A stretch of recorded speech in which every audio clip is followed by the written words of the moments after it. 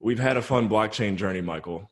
We've made detours in Romania and Europe, and I'm gonna shut up here now and hand it over to you. Why don't you tell us, how you got started in real estate on the blockchain?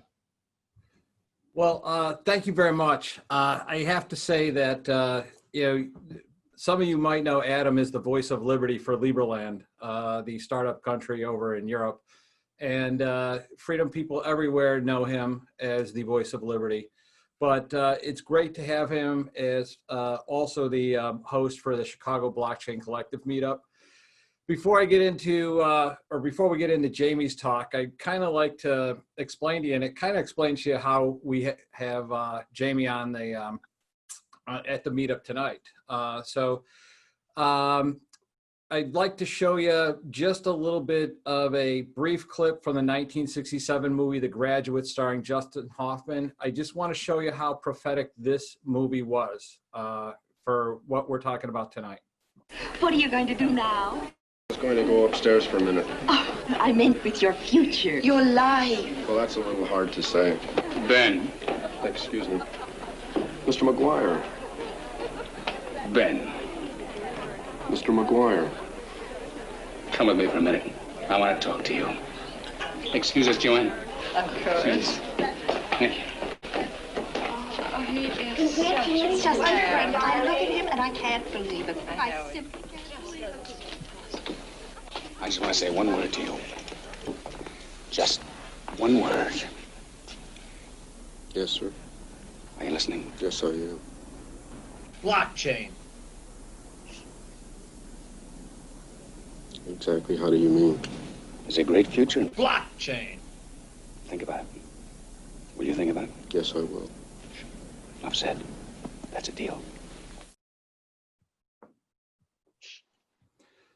So I'm always reminded of that clip whenever I hear people talking about, blockchain is the future and it's going to change the future. But I sincerely have, completely drunk the Kool-Aid and all in on blockchain and how much it is going to change the future. And you're not going to believe what Jamie is going to talk about for the trillions of assets that are going to be, digitized on the blockchain.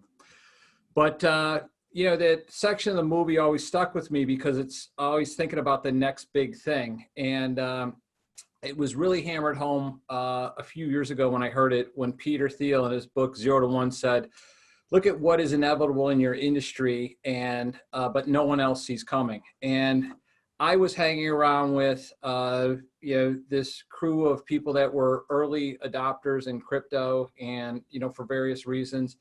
And we've been in the shopping center business for 30 years. So real estate, a lot of people say is kind of a boring industry, but it's stable and it's what we like.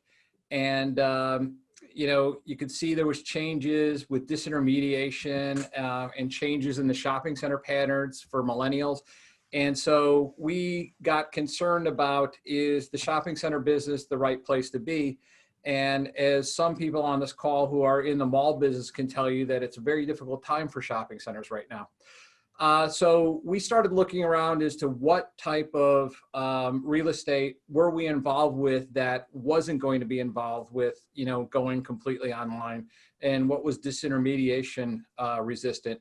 And so we looked at single-tenant leases, which are basically bonds wrapped in real estate. They're large tenants like your Jiffy Lube, like your dollar stores, your Dollar Generals and Walgreens and things like that. And we saw that they were super stable, that they had 98% occupancy from early 2000s all the way through the crash, and now up to today. And so we said, we want to do that. We started going towards like a medical retail type of a thing, and then we opened it up for, like I say, disintermediation proof. So we believe that was what we wanted to do with a larger portfolio. And then, Adam, I think, you remember that start out, don't you? Yeah, I do. We did put, it was a good intro to where we're at now. Back then, I couldn't really see the big picture. I saw, I remember we had dinner with those guys in Vegas that, I don't know if you want to give a shout out. I think it was the Kang brothers. Yeah. that got us thinking that way. And you know, I was a rookie with Concordia at the time too. I hardly knew what net lease property was, but yeah, I remember the beginning. Yeah, and so we started out there, and then and running parallel around that time, I started seeing more about blockchain, and people started explaining it to me, and some of my more anarchist libertarian friends started telling me about, you know, ICOs, and the whole ICO thing blew up. And I really couldn't understand it because I'm a product of the public school. So, you know, I don't really do math. I can only do things like there's 43,560 square feet in a acre, and how to multiply and rent square footage. And I didn't understand algorithms. I didn't understand the whole thing behind that. And so when started talking to him about it, I'm like, well, you know, is there any cash flow to it? I mean, what's behind it? You know, how do you do this? And I, you know, brought up the point to them. It's like, well, why not, you know, if you can take the cash flow and the stability and the tangibility of real estate and combine it onto a coin, then you'd have something real. You'd have something backing the coin. And so that's how we kind of got into it. And, you know, my question was, why not crypto with cash flow? And so we spent the next 3 years researching it, designing it, trying to build the superior investment strategy. You know, and we get all the benefits of a tangible investment, you know, cash flowing regular income, and you get the benefits of blockchain, which is the security, the transparency, the cost efficiency.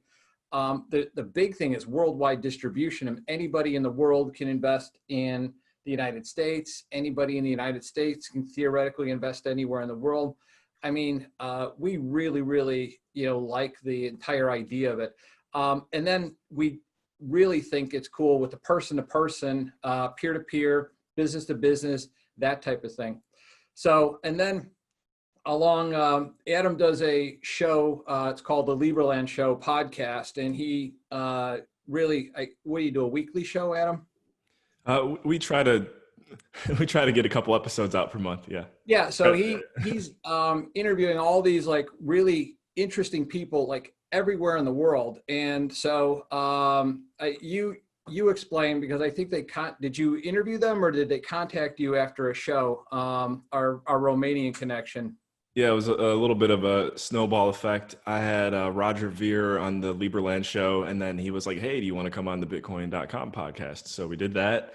And then after going on the Bitcoin.com podcast, I had two enterprising guys in Bucharest reach out and said they started a cryptocurrency called Bedcoin. And I remember just at the time, I forwarded the email to Michael.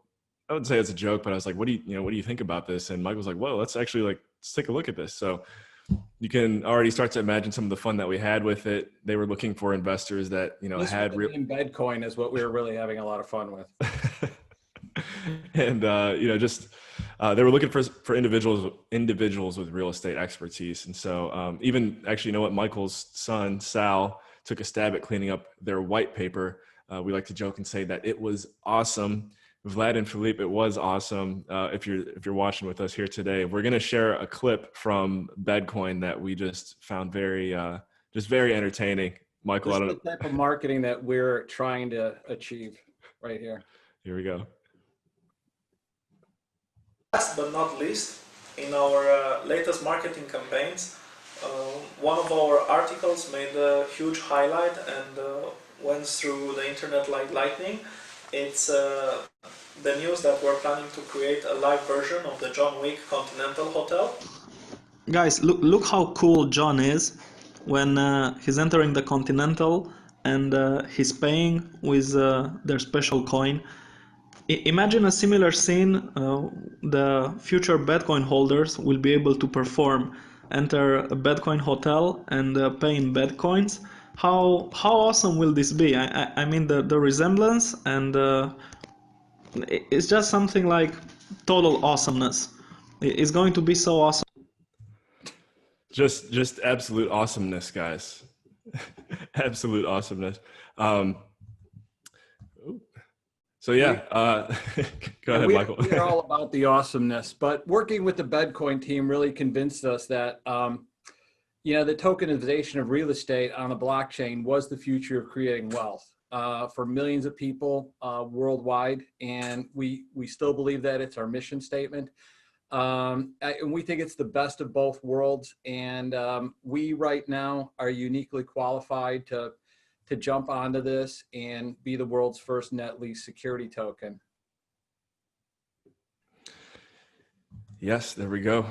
Michael, did you have anything else here before we get over to Jamie?